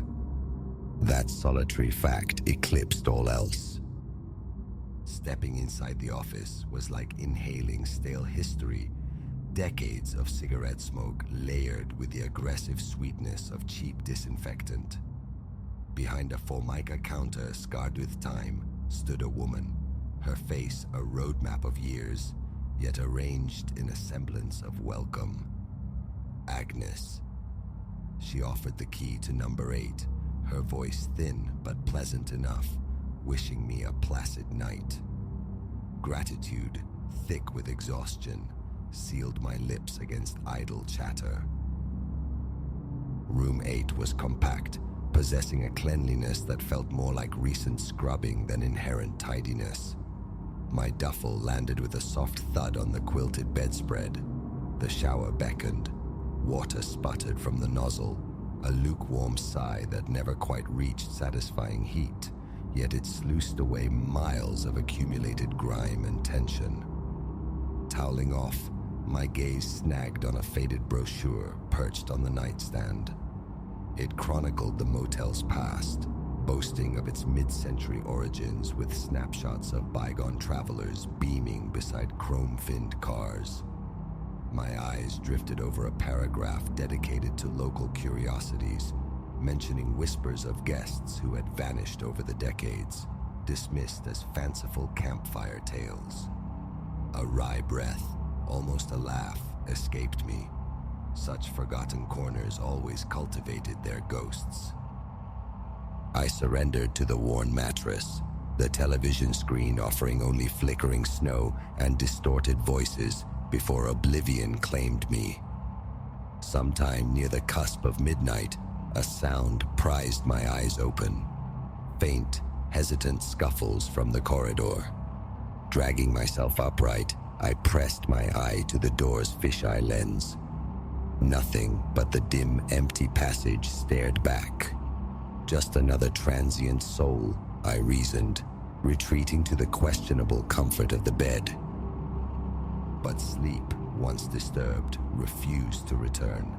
An indefinable pressure settled in the room, a weight in the very air I breathed. My thoughts, traitorous, circled back to the brochure, to the faces that checked in and perhaps never departed. As drowsiness finally threatened to pull me under once more, a distinct click echoed softly in the stillness. My eyes flew open, darting through the gloom. There, nestled high in the corner, camouflaged against the ventilation grill, winked a minuscule point of crimson light. My pulse became a frantic drum against my ribs. I slid from the bed, compelled towards it. A camera, recording. Ice water flooded my veins. A frantic scrabbling search commenced. Behind a nondescript landscape print, another lens stared back, impassive. Who? Why? My fingers fumbled for my phone, the emergency number already forming in my mind, only to find the screen barren. No service. Of course, stranded, utterly disconnected. Escape was the only imperative. Clothes were thrown on with desperate haste, silence abandoned. My hand reached for the doorknob, just as footsteps sounded again in the hallway, quicker this time, imbued with unnerving purpose. I froze, caught. The steps halted directly outside my door. A pregnant silence stretched, then a gentle rapping. "Everything satisfactory in there, sir?" Agnes's voice, leached of its earlier warmth, now coated in a cloying sweetness. Silence was my only reply. My heart hammered, a frantic prisoner against my sternum, surely audible through the thin wood. "We noticed you were stirring," she continued, the pronoun landing like a stone, "just ensuring you didn't require anything." "We?" I held my breath, praying for her departure. Instead, the distinct metallic rattle of keys reached my ears.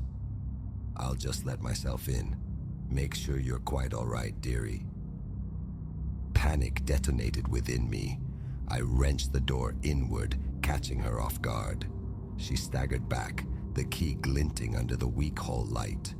Looming behind her stood a figure unseen before. Tall, broad, his face impassive as granite. Silas. "Oh." Agnes recovered smoothly, though surprise flickered in her eyes. "You gave me a start. Is there a problem?" I forced a nod, aiming for composure. "No, all fine. Just stepping out. Needed some air." Her smile was a thin, brittle thing that never touched the coldness in her gaze. "At this hour? It's rather desolate out. Perhaps come to the office. We could brew some chamomile." The man, Silas, remained motionless, his stare pinning me like an insect. My grip tightened on my duffel. "Thank you, but no. I think I'll just take a short drive." I attempted to move past them, but Silas shifted, a silent, solid barrier in my path. "I don't believe that would be wise," he intoned, his voice a low rumble that vibrated with menace. In that instant, the charade dissolved. Raw danger radiated from them. Instinct overriding thought, I lunged, shoving past Agnes, breaking into a desperate sprint down the corridor towards the exit sign's faint glow. Their pursuit echoed behind me, footsteps pounding against the worn carpet. I burst through the door into the chill embrace of the night. The parking lot stretched before me, unnervingly vacant save for my solitary vehicle. As I pelted towards it, Agnes's voice carried through the darkness, sharp and final. "You cannot leave. Nobody ever does." Keys trembled violently in my grasp, refusing the lock. Just as the tumblers clicked, a heavy hand clamped onto my shoulder, spinning me around. Silas. His face was a mask of fury. "You weren't meant to find those," he snarled. Thought evaporated. Pure reaction took over. My knee snapped upwards, connecting hard. He doubled over with a strangled gasp, his grip loosening. I seized the moment, throwing myself into the driver's seat. The engine screamed to life. Tires spat gravel as I fishtailed out of the lot, the rearview mirror capturing a final, chilling tableau. Agnes and Silas standing side by side, watching me vanish into the swallowing darkness. Hours dissolved into a frantic blur of speed and adrenaline, my eyes constantly flicking to the mirror, searching for phantom headlights. Only when the first tentative fingers of dawn painted the eastern horizon did the crushing weight of panic ease enough for me to pull into the bright, anonymous bustle of a highway truck stop. The police listened to my breathless account. Notes were taken. Assurances of an investigation offered, but their expressions held a weary skepticism. Hidden cameras in a remote motel, likely just some solitary creep, their eyes suggested. But the truth felt colder, sharper. The calculated attempt to detain me, Agnes's parting shriek, "Nobody ever does," hinted at something far more predatory lurking beneath the motel's peeling facade. What became of those other faces in the brochure? The vanished guests? The official inquiry eventually faded into bureaucratic silence, citing insufficient proof. The motel, I imagine, still stands, its fractured neon sign continuing its deceptive siren call to weary travelers. But I carry the knowledge of what festers behind those thin walls, behind the practiced smiles. Now, every isolated motel sign glimpsed along a lonely highway sends a fresh tremor through me, my knuckles whitening on the steering wheel, because the watchers are always there, perhaps, waiting patiently for the next soul to check in, unaware they might never check out.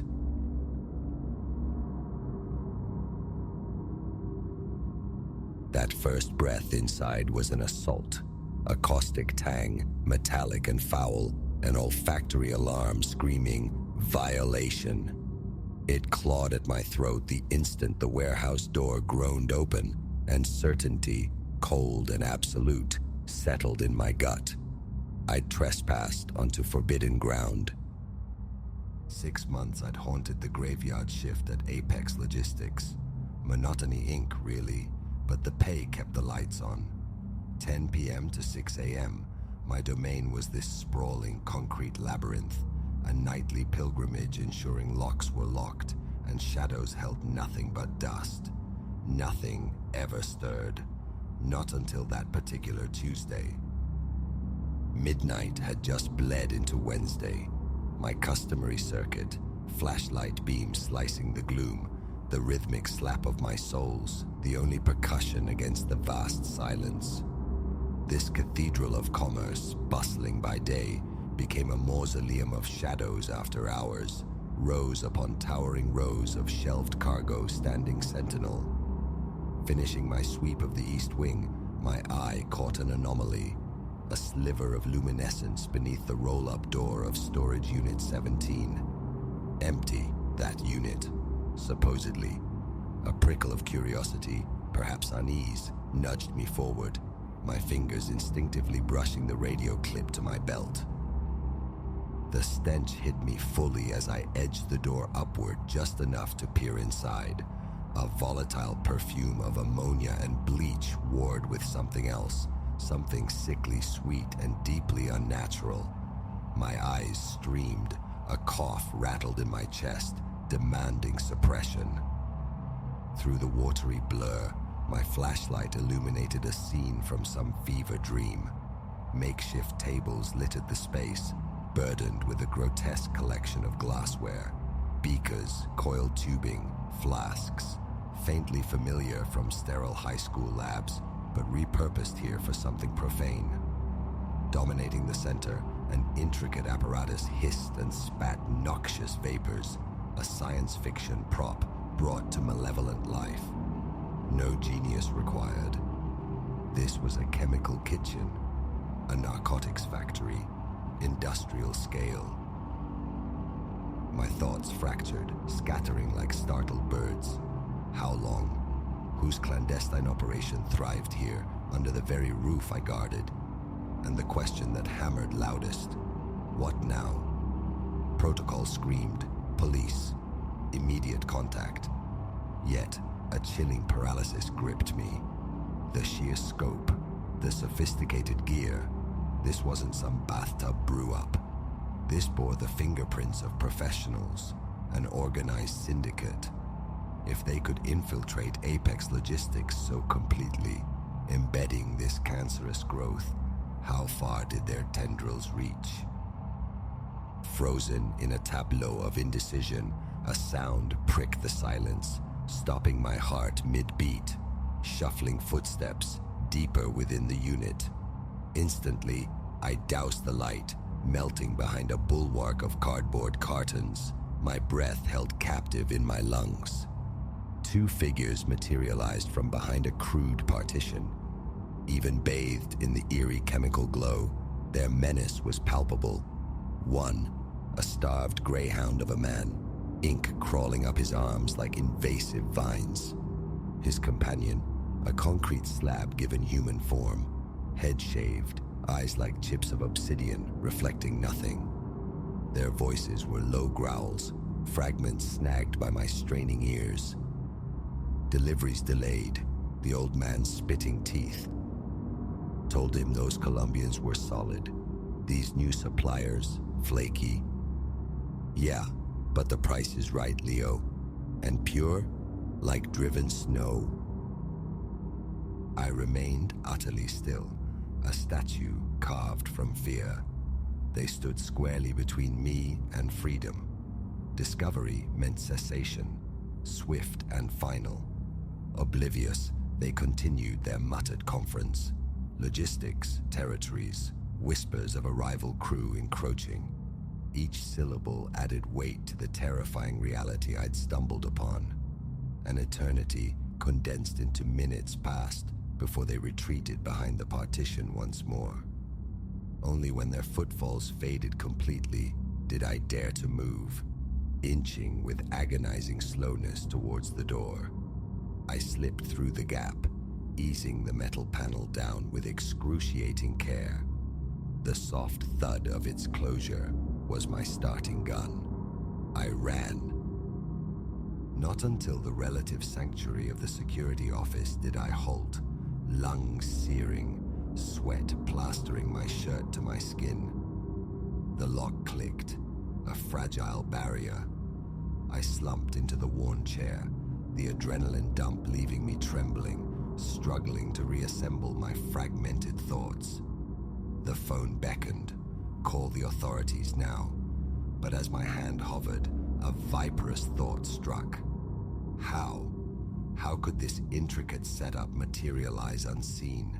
The equipment, the volatile precursors, multiple trips, vehicles, personnel.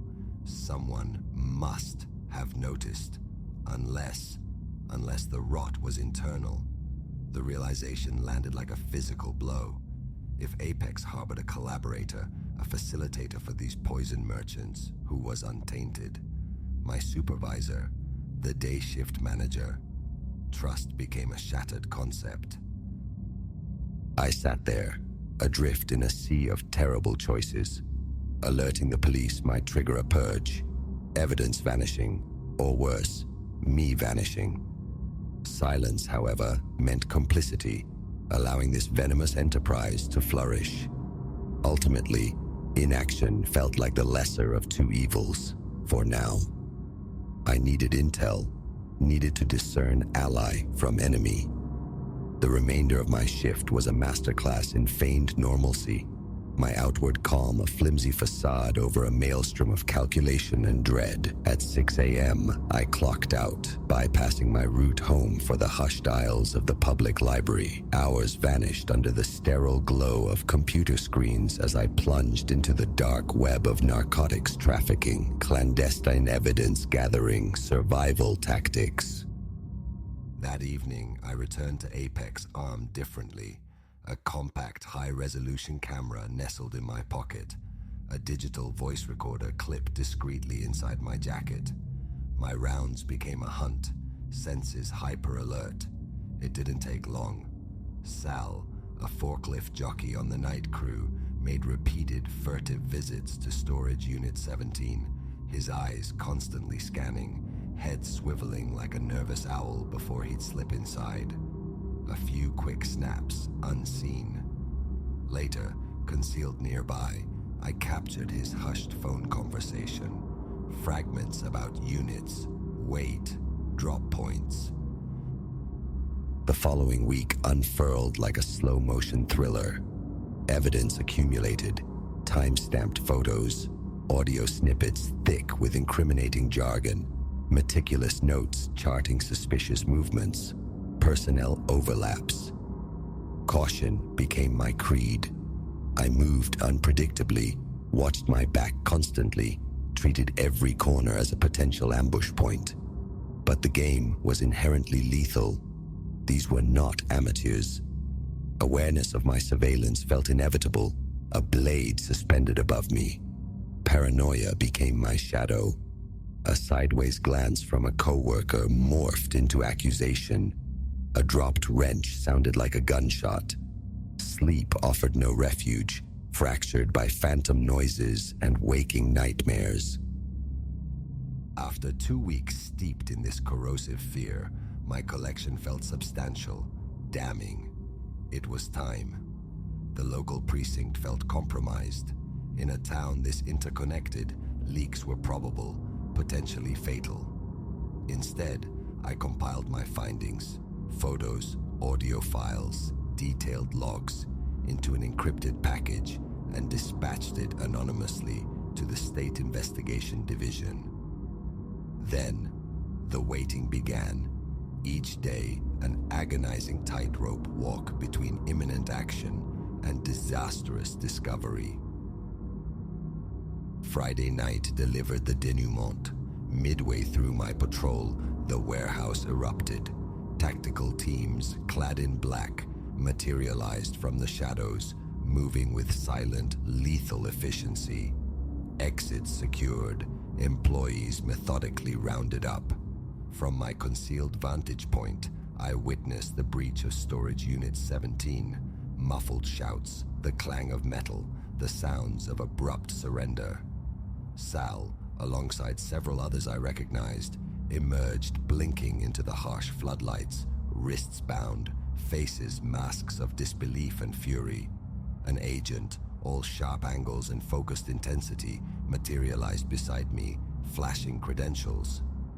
"Sir, we have some questions." Relief, profound and bone deep, washed through me. It was finished. I had chosen correctly. The ensuing hours blurred into a montage of debriefings, statements, recounting the nightmare chronologically. I surrendered my cache of evidence, the tangible proof of my secret war. Their respect was palpable. "You swam with sharks, son," one grim-faced investigator remarked. "This crew? Foot soldiers for a cartel pushing hard into the heartland. They wouldn't have thought twice about silencing you."